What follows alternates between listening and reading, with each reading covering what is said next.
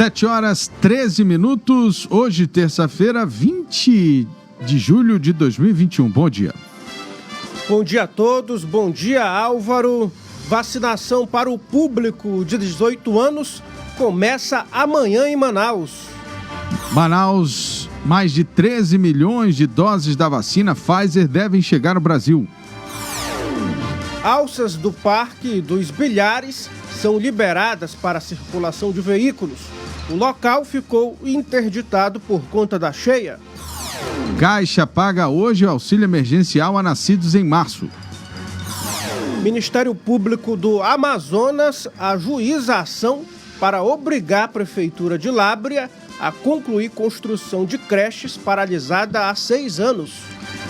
Vereador é investigado por contratar cunhadas e enteada na Câmara de Manaus. A gente vai discutir sobre isso na coluna O Poder. Você também fica bem informado sobre o trânsito e as ocorrências policiais ao vivo. Este é o Jornal da Cidade de hoje, o seu Jornal das 7.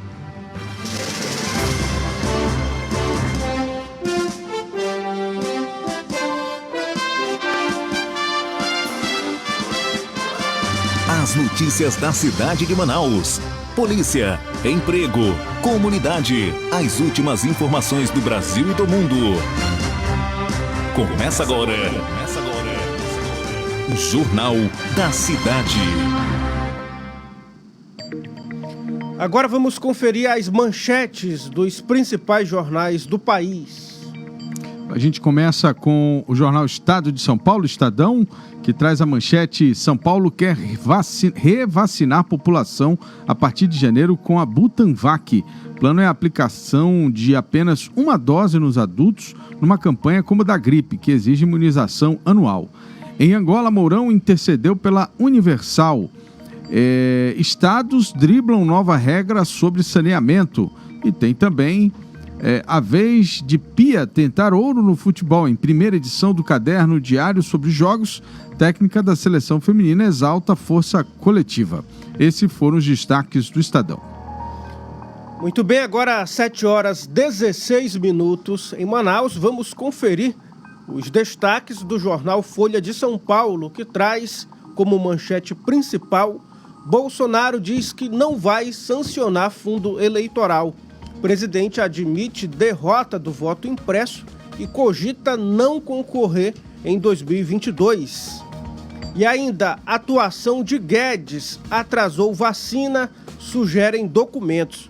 Documentos da CPI da Covid expõem contradições da equipe de Paulo Guedes sobre a MP das vacinas. A comissão quer saber por que um dispositivo que facilitava a aquisição de doses da Pfizer e da Janssen foi eliminado da medida provisória publicada em janeiro. E também aqui entre os destaques, na capa do jornal Folha de São Paulo, Peru anuncia vitória de esquerdista conservador. Mais de 40 dias após o segundo turno, marcados por recursos da chapa derrotada, o Peru confirmou a vitória de Pedro Castilho na eleição. Álvaro. Estado de Minas, seca, fogo e alerta. Registro de incêndios florestais no estado já superam a média histórica dos últimos 5 anos. Bolsonaro vai vetar fundo eleitoral. O presidente afirmou que o valor de 5,7 bilhões é astronômico para uma campanha eleitoral e que não vai aprovar em respeito ao trabalhador. Emoção começa antes da abertura oficial. Brasil estreia amanhã. Dia de decisão. Mais do que nunca, hoje o Atlético Mineiro vai precisar da força e do poder de decisão do atacante Hulk. Esses foram os destaques do Estado de Minas. Muito bem, Álvaro, agora vamos conferir os destaques do jornal 0 Hora, que traz como manchete principal: 539 mil gaúchos acima dos 40 anos ainda não se vacinaram contra a Covid-19. Problemas de comunicação, dificuldade de acesso e preferência por algum tipo de imunizante específico ajudam a explicar as razões de moradores do estado terem optado por não se proteger. O número é da Secretaria Estadual da Saúde do DataSUS, jornal 0 Hora, que é do Rio Grande do Sul.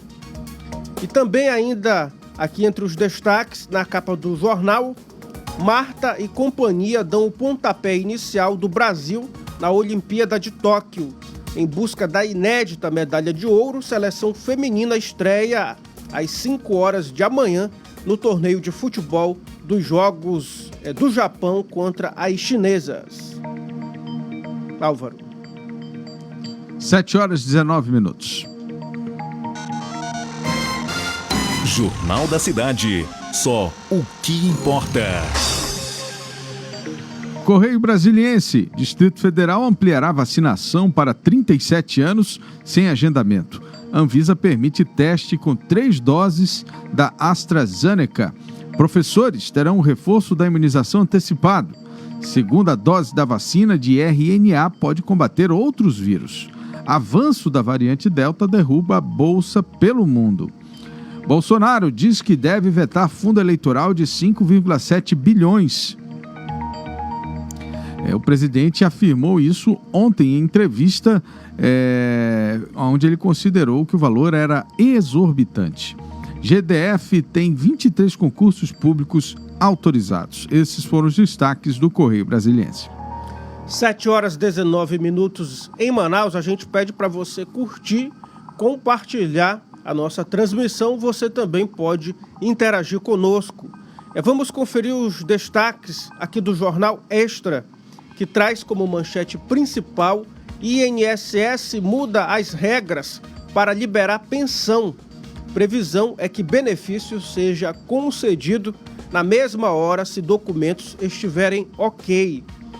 E também aqui entre os destaques, na capa do jornal, Rio tem aumento de casos da variante Delta. Estudo mostra que chegada de nova cepa costuma coincidir com o crescimento de internações. Com a cabeça raspada, DJ Ives tem habeas corpus negado. A justiça negou o pedido de liberdade a Iverson de Souza Araújo, o DJ Ives, preso por agredir a ex-mulher. Ele foi transferido para presídio. São os destaques aqui na capa do Jornal Extra. Vamos agora ao jornal A Crítica do Amazonas. Política. Ramos põe impeachment no jogo. Acusado por Bolsonaro de ser responsável pela turbinada no Fundão, vice-presidente da Câmara pede para analisar 127 pedidos de impeachment. Chamado de anta por Bolsonaro, Omar Aziz diz ser a onça que vai pegar o macaco guariba. Setor de segurança, salários de até R$ 20.400. Estado abre 2.500 vagas em concurso. Serão 1.350 vagas para PM, 453 para os bombeiros, 362 para a Polícia Civil, 210 para o Detran e 150 para a Secretaria de Segurança. Caso Pegasus. Escândalo mundial de espionagem. Investigação jornalística reforça suspeitas sobre a empresa israelense. Devastação sem controle na Amazônia. Novos dados. Nos últimos 11 meses, o desmatamento cresceu 51%, chegando a 8.381 quilômetros quadrados. Uma parceria aqui da Samba, TV A Crítica e escolas de samba renovam um contrato para a transmissão do Carnaval de Manaus por mais 5 anos. Esses foram os destaques do Jornal A Crítica. O tempo hoje. Clima fechado neste início de manhã na capital. A previsão para hoje, de acordo com o Instituto Climatempo, é de sol com algumas nuvens. Chove rápido durante o dia e a noite. Mínima de 23 graus e máxima de 32 graus. Hoje a cota do Rio Negro é de 29 metros e 37 centímetros. Então, nas últimas 24 horas, o Rio Negro desceu 8 centímetros. Até agora o rio desceu 65 centímetros. Por conta da vazante do rio, as alças dos bilhares foram liberadas. Vamos saber disso no Trânsito ao Vivo. Trânsito. Agora com Edila Chaves e as informações do trânsito. Edila. Oi, bom dia. Bom dia. Bom dia, Álvaro. Bom dia, Thiago. Olha, Nós estamos, nesse momento, na Avenida Constantino Neri, mais precisamente no retorno, né, para quem vem do centro da cidade, sentido bairro, e acaba pegando aquele pequeno contorno para seguir para o bairro do Alvorada, na Loros Cordovil. Bom, gente, por volta das 4h30 desta manhã, um motorista de um carro modelo Fiat Toro, de placa PHP 8847, segundo o que nós apuramos com o motorista, ele não quis conceder a entrevista, mas acabou nos trazendo o relato, ele estaria vindo da região do centro da cidade, onde teria feito umas compras, né, frutas e verduras, e no momento não teria atentado para o semáforo. Então, passando o cruzamento, momento em que uma caçamba da empresa Tupec, prestando serviço para a prefeitura, acabou colidindo a Fiat Toro. Isso, gente, apesar do forte impacto, o motorista da Fiat Toro não sofreu nada. Álvaro, impressionante. Quem, na verdade, acabou por sofrer o impacto foi o passageiro da caçamba, o senhor José Ribeiro, de 24 anos. Ele é servidor, ele é colaborador da Simuche, onde presta serviço à prefeitura, presta serviço à prefeitura, e, no caso, a caçamba estaria seguindo ali para o aterro sanitário, né? Nesse momento, nós estamos na Avenida Constantino Neri, o trânsito sentido centro-bairro está bastante complicado, viu, gente? Já sentido bairro-centro está fluindo. Também temos aqui a informação, gente, a respeito daquele retorno ali na questão da praça, próximo ao Milênio, né? Parque dos Bilhares. Pois é, gente, ali já está liberada a articulação de veículos. Com a baixa do Rio Negro, então ali nós já temos uma baixa naquele igarapé que passa ali por baixo, gente. Com isso já está liberada essa alça ali para a circulação de veículos no Parque dos Bilhares. No demais, Álvaro, trânsito fluindo com aquelas lentidões de alguns pontos mais comuns, onde já sabemos, mas de impacto mesmo que temos para trazer para você, motorista, essa questão da Avenida Constantino Neri e também a liberação para a circulação de veículos ali no Parque dos Bilhares. Obrigado, Edila.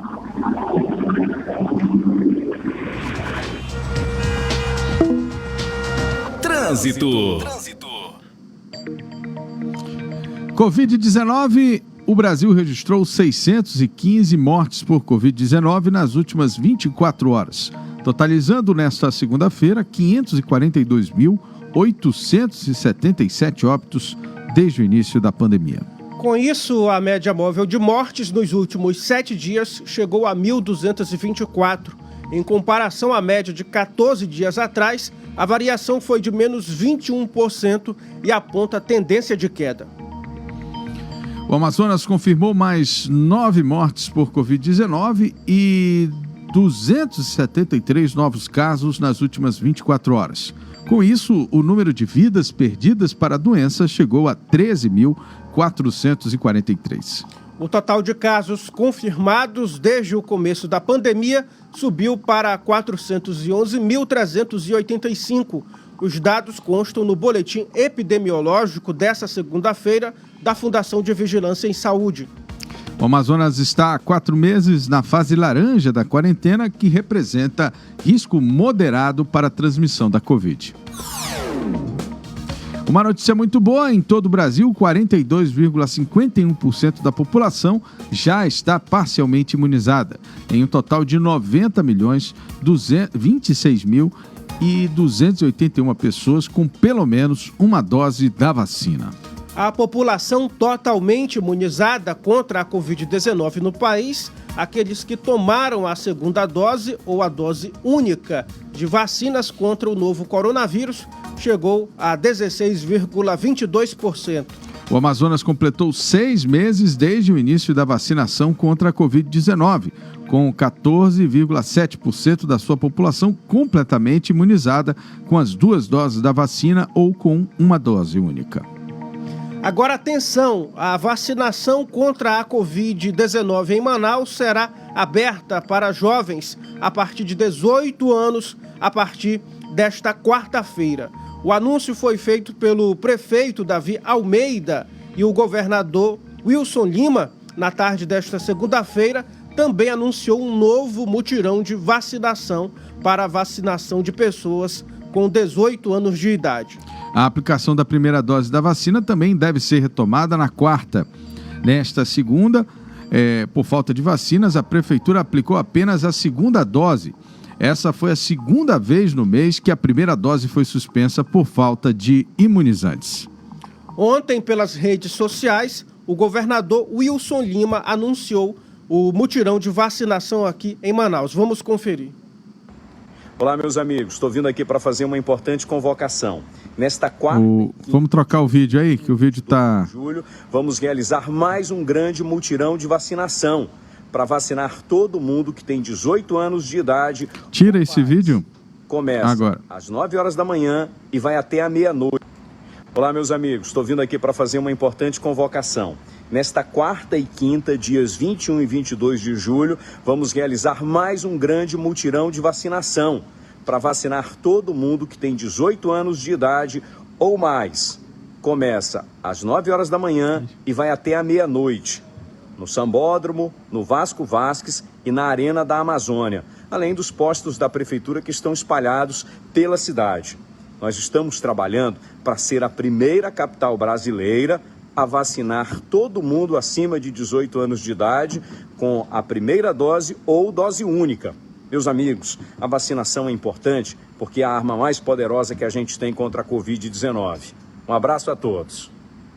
Então está aí a prefeitura retomando a vacinação e ampliando para o público com 18 anos de idade. O governador Wilson Lima anunciando novo mutirão de vacinação a ser realizado aqui em Manaus para público também com 18 anos de idade. Muito bom.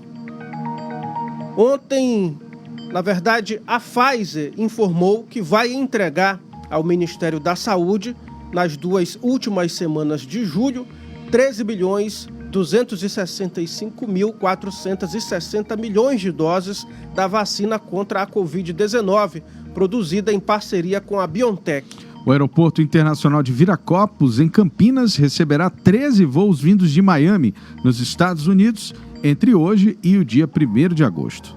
De lá, os imunizantes serão enviados para o Centro de Distribuição do Ministério da Saúde em Guarulhos. Somados aos lotes anteriores, serão mais de 30 milhões de doses entregues ao governo federal no primeiro semestre deste ano. A previsão da farmacêutica é que a operação no aeroporto de Viracopos se intensifique entre os meses de agosto e setembro, já que devem chegar quase 70 milhões de doses ao país. Esse montante faz parte do primeiro acordo firmado com o governo do dia 19 de março, contemplando a entrega de 100 milhões de vacinas até o final do terceiro trimestre de 2021. O segundo contrato, assinado em 14 de maio, prevê a entrega de mais 100 milhões de doses entre outubro e dezembro, totalizando 200 milhões de doses de vacina Pfizer-BioNTech ao Brasil. Trabalhadores informais nascidos em março recebem hoje a 4ª parcela da nova rodada do auxílio emergencial. O benefício terá parcelas de R$ 150 a R$ 375, dependendo da família. O pagamento será feito a inscritos no Cadastro Único de Programas Sociais do Governo Federal, nascidos no mesmo mês. O dinheiro será depositado nas contas poupança digitais e poderá ser movimentado pelo aplicativo Caixa Tem. Somente de 2 a 3 semanas após o depósito do dinheiro, ele poderá ser sacado em espécie ou transferido para uma conta corrente comum. Também hoje, beneficiários do Bolsa Família com o número de inscrição social com dígito final 2 poderão sacar o benefício. Na última quinta-feira, a Caixa anunciou a antecipação do pagamento da 4ª parcela. O calendário de depósitos, que começaria no próximo dia 23 e terminaria em 22 de agosto, teve o início antecipado para o último dia 17 e será concluído em 30 de julho. Polícia. Vamos agora ao vivo com Edila Chaves e as informações dos casos de polícia das últimas 24 horas. Edila. Bom dia, Álvaro. Bom dia, Thiago. Voltando agora a trazer mais notícias a quem acompanha o site imediato. Olha, Álvaro, está surpreendente a situação de ladrões na cidade, né? Na tarde de ontem, a equipe da Delegacia Especializada em Roubos e Furtos conseguiu, então, chegar até Gabriel Silva da Silva, de apenas 21 aninhos. Gabriel seria morador do bairro Tancredo Neves, na zona leste de Manaus. Sabe o que chama a atenção sobre o caso do Gabriel, além da idade, Álvaro? Não. O Gabriel, ele só gostava de roubar produtos da Apple, viu? Ele era exigente. Luxo, né? Exigente, o menino, né? Só queria furtar produtos da Apple. Porém, justamente por essa questão, ele acabou sendo já preso pela equipe da DESC e ali parabenizando o delegado Denis Kim. Agora, lembrando, Álvaro, toda criança tem personagem, né? Então, o personagem que Gabriel também aderia era o tão famoso Homem-Aranha. Gente, a polícia prendeu o Homem-Aranha, olha aí, mas esse Homem-Aranha era do mal e abusado, viu? Só gostava de pegar produtos da Apple. Outro assunto que vamos trazer à tona é a respeito de uma briga familiar, né? Segundo informações, seria um relacionamento entre os proprietários da funerária Canaã. Pois é, na que noite caso de esse? ontem teve esse atrito, né? Onde, segundo algumas pessoas, segundo o dono, teria atirado contra as suas sócias e parece ser sua ex-companheira. Isso tudo devido por brigas, né, de heranças, enfim. A verdade é, a nossa equipe está apurando este caso. Vamos tentar falar com o delegado para ver se ele nos traz informações mais precisas. E quem quiser ouvir alguns detalhes, gente, também ainda durante a noite de ontem, detalhes ainda preliminares, é só acompanhar a live. A equipe de ontem à noite esteve presente nessa ocorrência. Graças a Deus, a mulher está socorrida, ela está hospitalizada, viu, gente? Então, esse caso aí, a gente vai saber se literalmente seria ali um caso onde o ex-companheiro, confirmando, né, ex-companheiro seria, então, o autor dessa ocorrência. A nossa equipe também está a desse caso. E outro que chama a atenção é a questão do município de Iranduba, viu, gente? Já ia lhe perguntar sobre isso. Exatamente, Álvaro. Inclusive, durante esta manhã, acabei de obter mais informações, gente. Para quem conhece ali aquela área, entrando na vila de Paricatuba, uma família foi feita refém, carros teriam adentrado ali a área, né, o início da vila de Paricatuba, seriam feitos arrastões, inclusive chegaram a colocar uma família inteira como refém, atrancando dentro de casa. A situação está bastante grave ainda durante a noite de ontem também, onde carros invadiram na área de escola e lá fazendo arrastões, aterrorizando. A nossa equipe vai ali daqui a pouco fazer uma matéria para você acompanhar na íntegra. Nós estamos recebendo várias denúncias do município de Iranduba. Tem a questão também da segurança, né? A falta de segurança pública que eles acabam por colocar. Mas, enfim, vamos ouvir a população e também ouvir o secretário de Segurança sobre este caso, onde temos como destaque o município de Iranduba, que a população pede socorro. Edila, agora a informação que a gente tem também é que as pessoas lá estão reclamando da falta, né, de policiamento, né? Parece que essas facções, novas facções estão aparecendo lá, né? Tentando tomar conta das comunidades. É uma situação complicada essa, né? Exatamente, Álvaro. Uma das colocações da população junto ao site imediato, onde já estivemos lá, e com isso eles acabaram por pegar esse apreço devido à nossa equipe ter dado voz a essa população, é que eles estariam alegando que as viaturas estariam em péssimas condições e teria falta de policiamento, tanto civil quanto militar. Nós estamos verificando, né, Álvaro, para irmos até lá e conversarmos com a população e tentar apurar mais este caso. Mas o que sabemos é que nós não apenas o imediato, mas estão indo em redes sociais muitos vídeos de denúncias sobre a falta de segurança no município de Iranduba e uma tal nova facção que estaria surgindo ali, que seria a tal chamada família dos Donça. Logo que eu ouvi, eu achei que fosse a família dos Onze, né, Álvaro? Mas não, é a família dos Donça. Família dos Onça. Isso, são denominados oncinhas. Então, a nossa equipe vai apurar isso aí e vai trazer sim, porque o jornalismo do site imediato, ele é pelo povo e para o povo.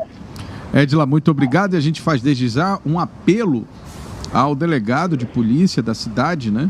Salvo engano é o Dr. Lázaro, que já foi comandante da Polícia Civil, que tomem as rédeas da situação, tendo em vista que o município é um município aqui na região metropolitana importante, tem um fluxo, obviamente, de veículos. A cidade, na verdade, está crescendo naquela direção depois da construção da ponte.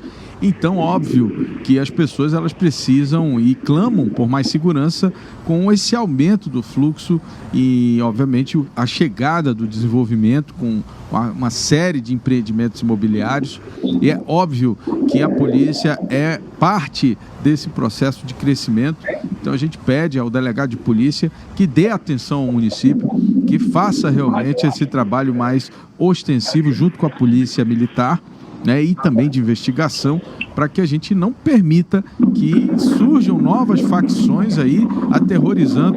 Ontem eu vi o vídeo, a Edila deve colocar depois no site o vídeo, né? O vídeo realmente é muito impressionante. Obrigado, Edila. Obrigado pelas informações. Ok. Polícia. O Ministério Público do Amazonas deu início, no último dia 15, à investigação de denúncia contra a eventual prática de nepotismo praticada pelo vereador Sandro Maia na Câmara Municipal de Manaus. Cabe ao Ministério Público, por esta Promotoria de Justiça, né, aqui pela Promotoria de Justiça, especializada a adotar medidas administrativas e judiciais previstas em lei para a defesa e proteção do patrimônio público e dos princípios constitucionais que regem a administração pública. A gente vai discutir sobre isso agora, ao vivo, com Bruno Mazieri. Poder.com, com Bruno Mazieri. Bom dia, Bruno. Bom dia, Álvaro. Bom dia, Thiago. Bom dia a você que nos acompanha nessa terça-feira. Explique pra gente qual foi a peripécia, então, desse vereador Sandro Maia, né? Salvo engano, ele já é antigo, né, Bruno? Já não é a primeira legislatura dele, né? Mas se fosse a primeira, não estaria perdoado. Mas, enfim, sendo já de uma segunda legislatura, nos admira muito, né? Esse tipo de gente que acha que pode fazer esse tipo de coisa e ninguém vai perceber. É isso mesmo, Álvaro. O Sandro não o Sandro Maia não é a primeira legislatura dele, ele é do DEM, né? É bom a gente salientar aí o partido do vereador. E o que acontece, Álvaro? O Ministério Público recebeu uma denúncia falando que havia um possível esquema de nepotismo dentro da Câmara Municipal de Manaus. E aí a promotora responsável, né, que recebeu da 67ª Promotoria de Justiça Especializada de Proteção ao Patrimônio Público, entrou em contrato com a Câmara Municipal pedindo, né, a lista de funcionários para saber se existe ou não esse possível esquema de nepotismo envolvendo a cunhada, né, e a enteada do Sandro Maia. A Câmara respondeu com um requerimento, com um ofício, na verdade, porém não prestou todos os esclarecimentos ao Ministério Público. Daí, o MP entrou em contato de novo com a Casa Legislativa e determinou a requisição de cópia em mídia digital, né, da ficha funcional e de frequência dos ex-servidores com todos os dados pessoais atualizados para entender, então, se existe ou não esse esquema de nepotismo dentro da Casa Legislativa do município. E como você bem disse, por mais que fosse, né, o primeiro mandato do vereador, nada justificaria, tendo em vista que a gente sabe que nepotismo é crime e é um crime muito antigo e que todo mundo fica de olho hoje em dia, né? Agora... me causa estranheza, na verdade, o nepotismo nesse sentido, porque é um ato que a internet não perdoa, né? Então a gente tem acesso a inúmeros dados e o processo de investigação é muito mais fácil hoje em dia. Agora, são 3 cunhadas e uma enteada que ele teria contratado para trabalharem como assessores parlamentares de seu gabinete, Bruno. É isso? Isso, uma enteada e uma cunhada.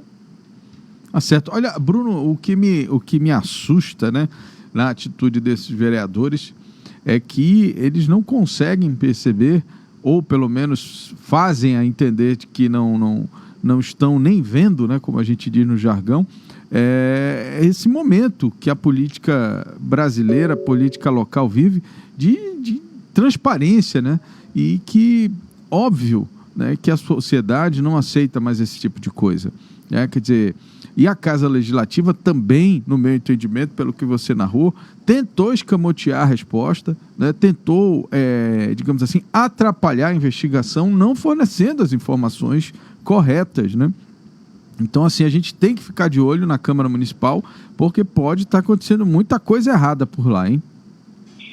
É bom ficar de olho, é preciso que a gente fique de olho. E eu queria salientar também, o Álvaro, que a gente fala bastante aqui sobre a questão do cotão e tudo mais, e o vereador aí gasta bastante com o cotão. Teve mês, em maio, por exemplo, gastou 54 mil, até maio desse ano, gastou 54 mil reais e apresentou apenas um projeto de lei na Câmara Municipal de Manaus. Ou seja, a gente se questiona também até que ponto, né, os vereadores estão legislando em favor da população e principalmente num momento tão delicado como esse. Agora é bom a gente destacar também que isso não é uma verdade, assim, um juízo de valor. Está passando por um processo de investigação. Perfeito. O Ministério Público está investigando isso e cabe a ele agora provar se de fato o vereador cometeu ou não esse ato de nepotismo. Se cometeu, que ele tenha que arcar com as consequências disso. Senão, o Ministério Público terá que se desculpar perante a sociedade com o vereador sobre essa questão. Bom, ontem, comentar com você, aquele ex-candidato à Prefeitura de Manaus, Marcelo Amil, deixou o PCdoB, né? Ele que tinha recém entrado no partido, né? Voltado lá para o partido, ontem me parece que deixou mais uma vez o partido, o PCdoB. Falta de espaço, Bruno? Acredito que sim, Álvaro. Porém, o Marcelo Amil já havia, né, anunciado que era pré-candidato ao governo do estado no ano que vem pela sigla, e daí não justificou muito assim, o motivo pelo qual tinha saído. O Marcelo Amil sempre tenta mostrar que economizou bastante na campanha de prefeito ano passado, que teve um número expressivo de votos, porém concluiu mais um ciclo, como ele disse, dentro do PCdoB. Agora a gente não sabe se ele vai buscar outro partido, outra sigla, não ficou claro isso, mas ele diz que tem preparado para apresentar uma proposta diferente, melhor para o Amazonas. E o Marcelo Amil, a gente teve a oportunidade de entrevistá-lo, né, Álvaro, durante as eleições do ano passado, e é uma pessoa muito inteligente, é advogado, conhece os movimentos de esquerda, porque é de partido de esquerda, e tinha um projeto muito bacana para Manaus. Vamos ver agora como é que vai ficar, para onde ele vai, para qual sigla ele vai, e se ele vai concorrer ao governo do estado no ano que vem, como já havia dito anteriormente. Bruno Mazieri, muito obrigado pelas informações, obrigado pelos detalhes aí do mundo da política. Hoje tem sessão lá em... não, estamos em recesso ou não? Eles estão de recesso. Tanto aqui em Manaus, no Amazonas, quanto em Brasília, todos estão de recesso, só voltam a partir de 2 de agosto. Você acompanhou ontem o pronunciamento do presidente no início da noite? Acompanhei no domingo, né, quando ele saiu, que aí deu aquelas declarações envolvendo o deputado Marcelo Ramos, e acompanhei também ontem, no final da noite, também o pronunciamento do presidente. O que você destacaria aí do pronunciamento do presidente ontem, Bruno? Olha, Álvaro, o que me parece é que o Bolsonaro voltou mais afiado que nunca, né? Assim, eu acho que esses dias que ele passou afastado, cuidando da saúde, trouxe à tona aí, deu um gás para que ele se defendesse das inúmeras acusações, e está sim, tá tentando sobreviver ao como está acontecendo no universo político agora. Tá tendo muito ataque, né, do presidente, E eu acho que também, o caminho do Bolsonaro é esse. Agora, houve muito panelaço também, viu, Álvaro?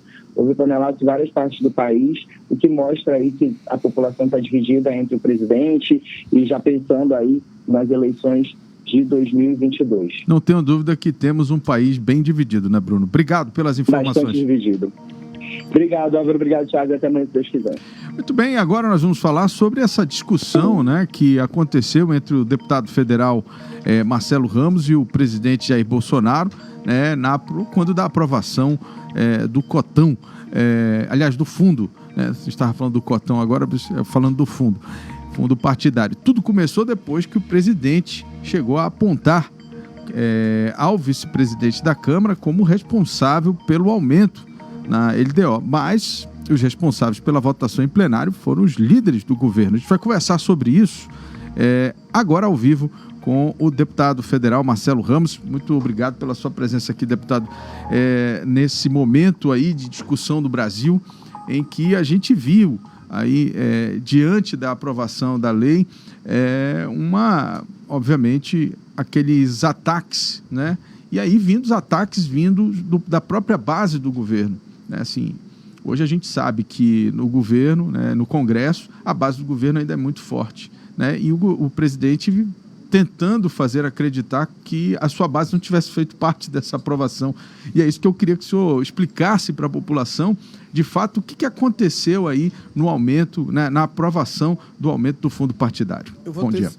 Bom dia, eu vou tentar ser muito didático, até porque, para mim, Álvaro, é um constrangimento num momento da vida do país em que nós temos 530 mil famílias enlutadas, em que nós temos 15 milhões de desempregados, 19 milhões de pessoas com fome, 800 mil empresas fechadas por conta da pandemia, o presidente se presta a esse tipo de atitude. O Brasil precisa de palavras de esperança, de palavras de dias melhores, de pacto nacional pela reconstrução da economia, da vida das pessoas.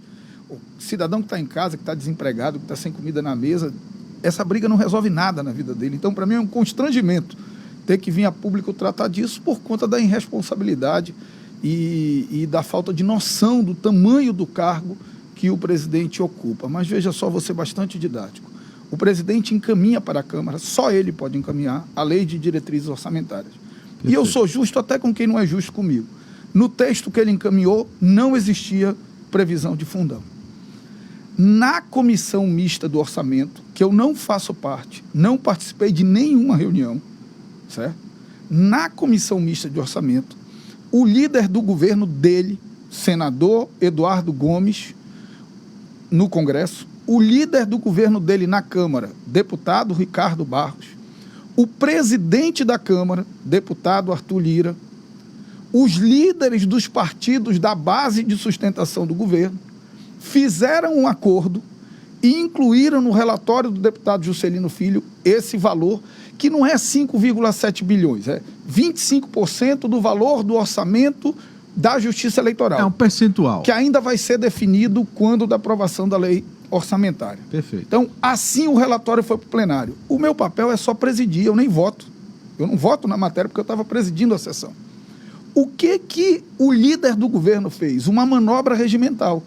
Pediu votação nominal no texto principal da LDO para que o destaque do novo, que retirava o fundo eleitoral, não pudesse ser nominal, porque estaria dentro do interstício de 1 hora que o regimento determina.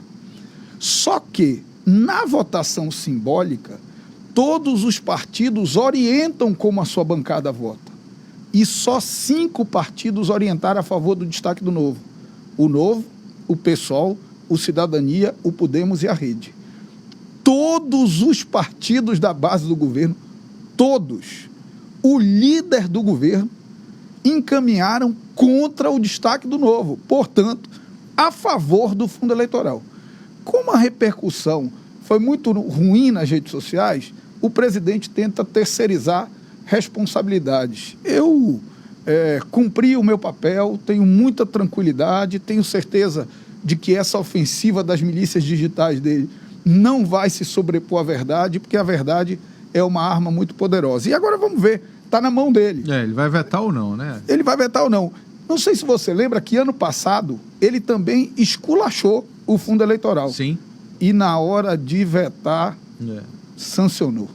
Agora, uma coisa que a população não entende é que num parlamento a vontade é como se fosse uma votação pública. A vontade é da maioria, né? Sim. Quer dizer, ainda que o presidente da Casa Legislativa tivesse vontade, ele teria que fazer uma articulação com a maioria para conseguir que aquilo fosse aprovado. Então, não é uma votação do Marcelo, de etc. Mas, assim, a base do governo, que essa eu acho que é importante a gente dizer, a base do governo votou pelo fundão. Sem os votos do governo, não teria aprovação. Não teria aprovação do fundão, eu acho que porque essa é a governo questão. Tem a grande maioria dos deputados. É isso que a gente precisa então, deixar isso claro. É incontestável. Se o governo desse um comando, o governo é contra, não teria fundão eleitoral. Não teria fundão eleitoral. Mas ele não deu, por quê? Porque o fundão eleitoral era fruto de um acordão do governo com os partidos da sua base. Perfeito. Bom, agora as pessoas precisam entender também que o fundo eleitoral, quando a gente proibiu a política de fazer uso de doações privadas, né, tanto de CPF quanto de CNPJ, o político ele ficou, obviamente, digamos assim, dependendo desses recursos públicos, né, para fazer as suas campanhas. Aí vem, obviamente, a discussão do quanto seria esse recurso, mas a gente precisa entender o seguinte: ou a gente quer que haja doações privadas ou a gente quer que o financiamento seja público. A gente tem que tomar essa decisão, tem que ser claro. Álvaro, isso. Eu acho que esse é o pano de fundo de toda essa discussão. O debate do financiamento público de campanha é um debate mal resolvido com a sociedade. Exatamente. Se você disser para o cidadão, consenso, né? Se você disser para o cidadão que R$10 de dinheiro do imposto dele vai ser utilizado para fazer um santinho de um candidato, ele não vai admitir. Exatamente. Então é um debate mal resolvido na sociedade. Exatamente. Agora, qual é o modelo que se contrapõe a esse? É o modelo de financiamento privado. Nós sabemos o preço que o Brasil já pagou pelo financiamento privado. As empresas financiam e depois vão cobrar e depois cobram muito mais caro quando o cidadão chega a ocupar aquele cargo. Eu sou daqueles, e já digo isso há muito tempo, não estou dizendo por oportunismo, por esse momento. Eu sou daqueles que acham que quanto menos dinheiro em campanha, melhor. Porque quando tem menos dinheiro para todo mundo. Quando tem mais dinheiro para todo mundo. Eu acho que ter menos dinheiro educa o processo eleitoral. Então, se dependesse de mim, isso não teria aumento nenhum. O que eu não sou é cínico, como muitos, que usam o fundo eleitoral e depois correm para não votar ou dizem que votaram contra, mas quando chega na campanha usa o fundo eleitoral. E aí justiça seja feita. Eu preciso registrar a coerência do Partido Novo, porque o Partido Novo diz que é contra e não usa o fundo, deixa o fundo depositado na conta. Aqui no Amazonas, tem deputado que diz que votou contra, que ataca quem votou a favor nas redes sociais, e nem a minha ataca porque eu não votei, mas que recebe toda eleição seu fundinho eleitoral. Isso sim é uma vergonha. Pois é, isso eu acho que é uma coisa que a sociedade ela precisa crescer, é um entendimento que a gente precisa ter, porque são duas coisas muito, muito bem definidas, né? Ou a gente entende que controla, digamos assim, o uso do político da eleição para favores digamos assim, empresariais, usando dinheiro público para financiar o político. Dessa forma, ele não tem que fazer essa troca, digamos assim, ou a gente permite ter essa brecha. Tem uma distorção maior. Tem uma distorção maior nisso. Qual é a distorção maior nisso? A distorção maior nisso é que quem representa os interesses dos empresários, e é legítimo que pessoas no parlamento representem os interesses do empresário, até porque sem empresário não tem emprego. Exatamente. Sem empresário não tem emprego, então é legítimo. Também o empresário é um bicho, né? Quem representa os interesses dos empresários tem quem os financie. Quem representa o interesse do professor, quem representa o interesse do servidor público, quem representa o interesse do operário da fábrica, esse não tem quem o financie. Então, o financiamento privado também gera uma distorção na competição das eleições. E o financiamento público minimamente tem ali... Nós tínhamos que ter critérios mais claros de distribuição. Claro. Né? Você tem uma distribuição que é proporcional pelas bancadas, mas você não tem um critério de distribuição dentro dos partidos.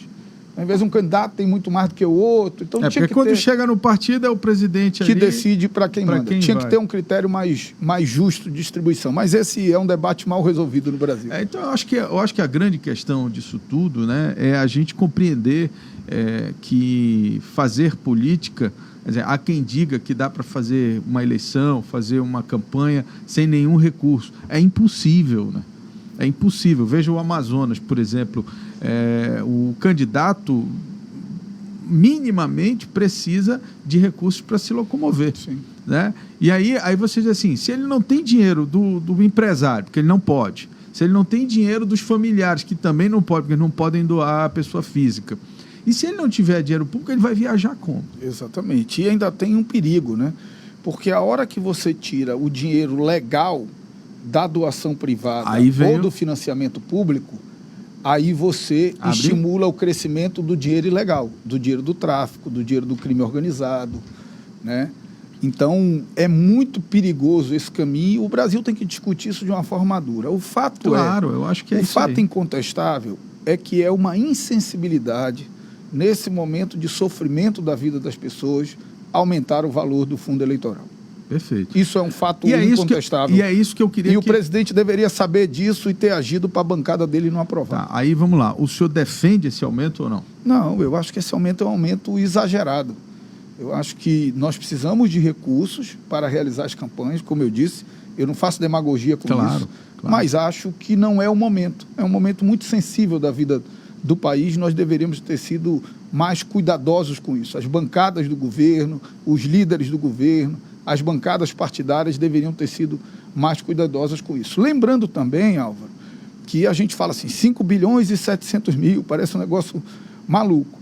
Se você dividir pelo número de candidatos, isso não dá R$1.000 por candidato. É muita gente, né? Só lembrando que tem esse fenômeno também. Você fala o valor geral, mas você não entende que aquilo ali o Brasil inteiro. Exatamente. Milhares de candidatos. Você pega a eleição municipal, que foi a eleição passada. Nós estamos falando de candidatos a vereador e prefeito em mais de 5.500 municípios.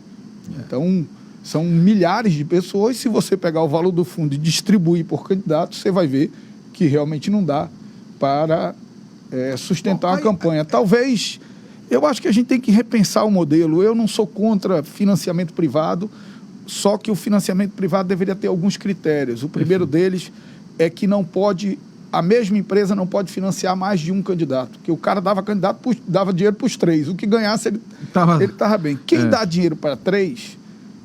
que concorre ao mesmo cargo... Não é ideológico, né? Não está dando dinheiro porque acredita no projeto daquele cara. Está dando dinheiro porque quer preservar seus interesses depois. Agora, uma das coisas que a sociedade também não entende, o povo mais simples também não entende, é a forma como as coisas são votadas lá no Congresso. O senhor falou da votação simbólica, que é aquela votação rápida, né? Olha, se todos concordam, ninguém permaneçam como estão. Então, as pessoas acham que aquilo ali é como se fosse um atropelo da votação, da vontade das pessoas. Elas não entendem que, na verdade, aquilo já foi acordado, né? As bancadas já reuniram, já houve um entendimento, e aquilo ali é tão somente uma formalização daquilo que já foi discutido entre os partidos. Na votação simbólica, a orientação do líder conta por todos os deputados do partido. Vou dar um exemplo. Meu partido tem 43 deputados. Na votação nominal, cada um tem que ir lá digitar a senha e votar. Na votação simbólica, o líder orienta não. Considera-se 43 não. Por isso que não precisa contar. Porque se você soma e percebe que a diferença é muito grande, você faz simbólica, não precisa contar. Então, isso que é votação simbólica. E por que essa votação foi simbólica? Por 2 motivos. Primeiro, ela foi simbólica, estava dentro do interstício. Depois que tem uma nominal, só pode ter outra 1 hora depois. Mas ela também foi simbólica porque a Câmara tem 513 deputados e só 5 partidos que não somam 50 deputados manifestaram pela votação nominal. Se você somar, então, você tem 513 menos 50... É óbvio que a maioria... desejava o aumento. O aumento. Perfeito. Então, é só para a gente esclarecer, porque A gente aqui não tem o objetivo de defender A, B, C ou D. O que a gente quer é que as coisas sejam colocadas da forma pela verdade, né? Eu acho que o fundamental é a sociedade receber a informação da forma correta, né? Fica claro para qualquer pessoa que tem um mínimo de entendimento de uma votação no Congresso que, primeiro, numa votação simbólica, as lideranças já se acordaram, então a maioria já decidiu de que forma vai ser aprovado aquele determinado projeto, então não há o que se discutir. E depois dessa bravata do presidente tentando atribuir a quem conduziu a votação, a sessão, a responsabilidade em aprovar o aumento do fundo, é no mínimo irresponsável, porque boa parte dos partidos que apoiam o presidente da República votaram em favor. Não, boa parte não, todos. Todos, né? Votaram em favor, votaram em favor. Absolutamente todos. Pois é, votaram em favor do aumento, então não há o que se discutir, né? Do ponto de vista da vontade da maioria. Então, assim, o líder do governo... E não vejo erro nisso, sabe? Eu acho que o governo só precisa admitir. Claro, o erro não é o governo ter articulado incluir 5 bi 700. O erro é, quando pegou mal nas redes sociais, tentar transferir responsabilidades. Eu acho que esse é o grande erro. Claro que isso machuca a gente, né? A agressão dessas milícias digitais vinculadas ao presidente da República é absolutamente exagerada, desproporcional. É uma parcela da população que não está preocupada em buscar a informação. Exatamente. Não está preocupada em fazer o seu critério. É uma atitude meio que messiânica, não é uma atitude sensata. Então, claro que a gente não pode se alimentar por isso, mas eu também tenho que ser muito cuidadoso. É óbvio que eu não posso compactuar com um governo que tenta atropelar o parlamento, sendo vice-presidente da casa. Principalmente que se o presidente Bolsonaro atacasse o deputado Marcelo, atacasse o senador Omar, atacasse o senador Eduardo, como ele vem atacando, mas tratasse bem o Amazonas, a gente ainda podia ficar calado. Mas ele me ataca o senador Omar, ataca o senador Eduardo Braga, ataca a Zona Franca o tempo inteiro. Vários projetos, né? Ataca os interesses dos trabalhadores do Amazonas o tempo inteiro. Colocou agora dinheiro para fazer 2 quilômetros da BR-319 na LDO de 2020, de 2021. Então, o problema, eu queria muito que o presidente me atacasse o senador Omar, o senador Eduardo, mas retribuísse ao povo do Amazonas a maioria de votos que ele teve aqui.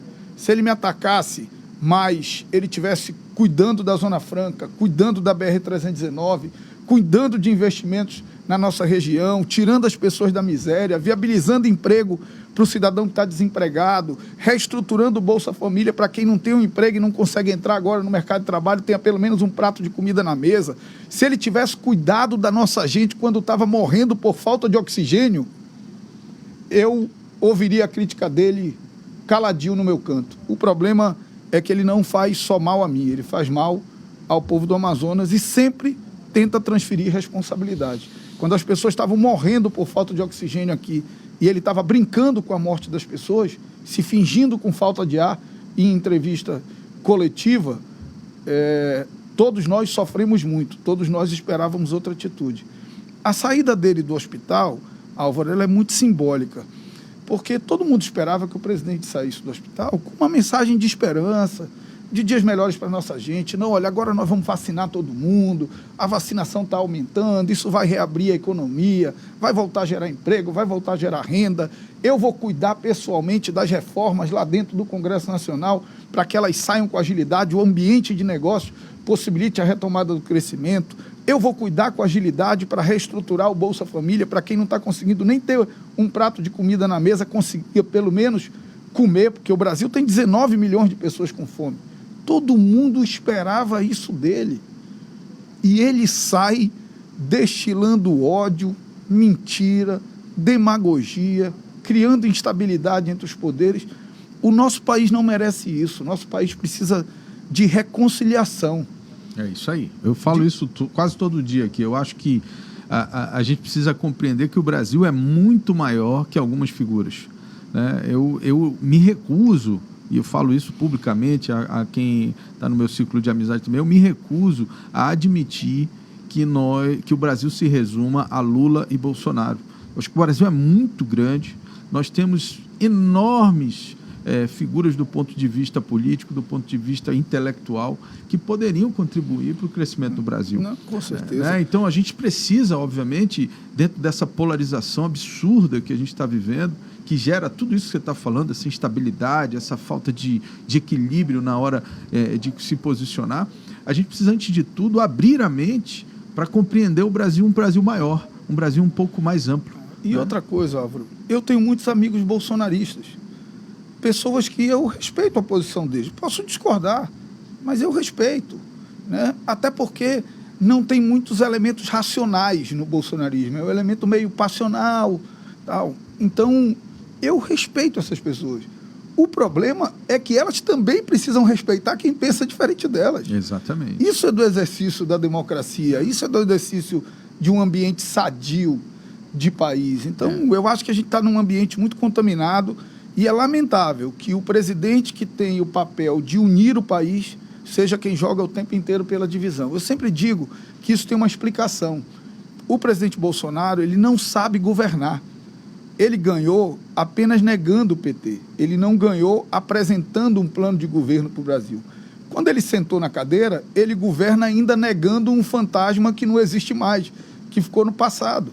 Então, ele precisa de conflitos permanentes, porque se ele não tiver em conflito, ele precisa governar. E aí ele não sabe.